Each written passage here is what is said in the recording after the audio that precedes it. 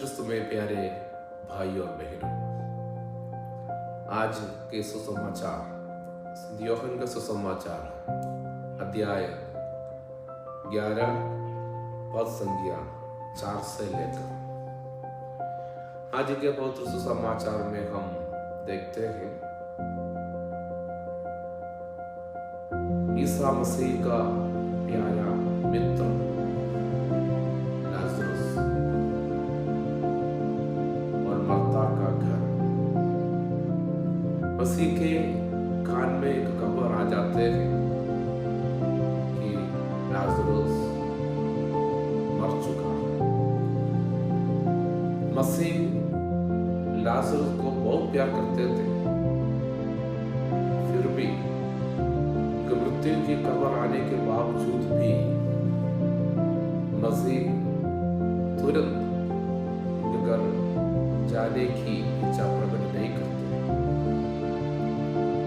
जब शिष्य लोग पूछा, इसके बारे में पूछा, तो मसीह कहते हैं,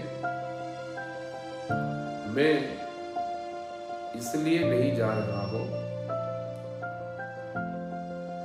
ताकि ईश्वर की महिमा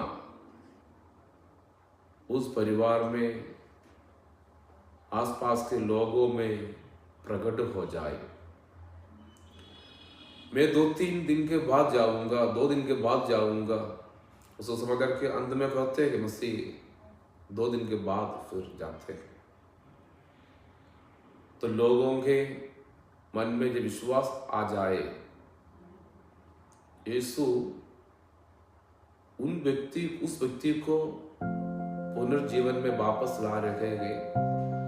मरने के 2-3 दिन हो चुका है, फिर भी मृत्यु से वापस ला रहे हैं। ईश्वर की महिमा और तेजी से प्रकट करवाने के लिए मसीह खुद को देर करवाते हैं। प्रिय भाइयों बहनों, आज के जिस समाचार हमसे भी कुछ कहने को चाहते हैं। हमारे जीवन में भी बहुत सारी मुसीबतें आ जाते हैं, दुख संकट, दुख तकलीफ, अकेलापन, सब कुछ आ जाते हैं।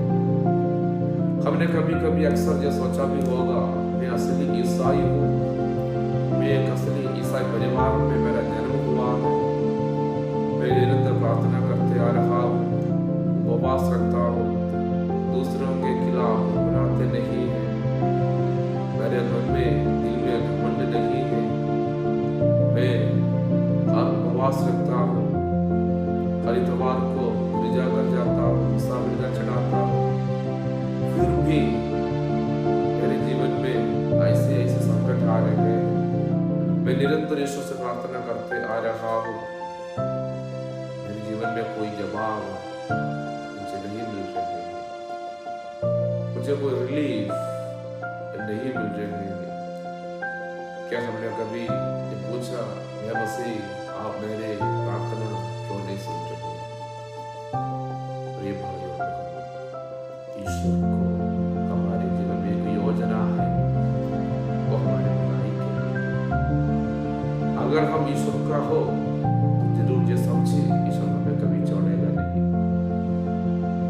ईश्वर इसलिए देर कर रहे हैं, मैं विश्वास करता हूँ और आपको दिलाना चाहता हूँ, ईश्वर इसलिए आपके जीवन में आने में विलंब कर रहे हैं ताकि ईश्वर का नाम और तेजी से प्रकट हो जाए। ईश्वर का नाम प्रकट करवाने के लिए, ईश्वर की महिमा दुनिया में प्रकट करवाने के लिए हम मसीह को धन्यवाद देना चाहिए। मेरे जीवन में जो दुख तकलीफ, दुख संकट, सब कुछ ईश्वर की महिमा के लिए है, ईश्वर की महिमा प्रकट करवाने के लिए दूसरों तक। पुराने विधान में हम योग का ग्रंथ में पढ़ते हैं, योग के जीवन में ईश्वर ने सब कुछ दे दिया था, फिर भी एक दिन सब कुछ छीन लेते हैं। उनकी बीवी, उनके भाई बहन, बच्चे, सब कुछ अनिष्ट हो गए। उनके दोस्त उनकी बीवी तक उनसे दूर हो जाते हैं, लेकिन जो उन्हें कहते हैं मैं ईश्वर को कभी छोड़ूंगा नहीं, क्योंकि मैं नंगा धरती पर आए थे, नंगा काली हाथ वापस भी लौटेंगे। मेरे पास जो कुछ था वो ईश्वर का ही वरदान है, उन्होंने मुझे दिया गया है। मेरे सामर्थ्य से मैंने कुछ दिया नहीं, इसलिए जो कुछ था वो ईश्वर का ही दान था, उन्होंने वापस ले लिए, उनका अधिकार है। प्रिय भाइयों बहनों, ईश्वर सब कुछ उन्हें वापस देते हैं। नया विधान में हम देखते हैं मसीह शिष्यों के साथ नाव में सफर कर रहे थे।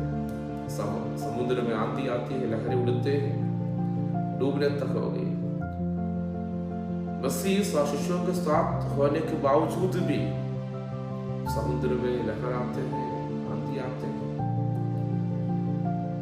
प्रिय भाई बहनों, जय मत समझो मैं असली ईसाई हूँ, मसीहाई हूँ, इसलिए मेरे जीवन में कुछ दुख तकलीफ दुख संकट होगा नहीं, जरूर होंगे, ताकि अपने दुख संकट से दुख तकलीफ से बीमारियों से ईश्वर की महिमा ईश्वर प्रकट करवाने के लिए चाहते हैं। आइए हम अपने जीवन को ईश्वर को सौंप दें, ईश्वर को धन्यवाद दें। हे प्रभु, मेरी बीमारियां,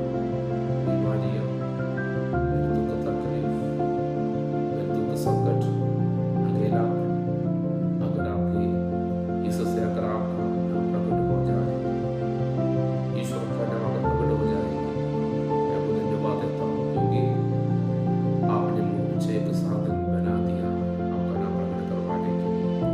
हम धन्यवाद ताकि हम ईश्वर का असली पुत्र पुत्रियां बन जाए।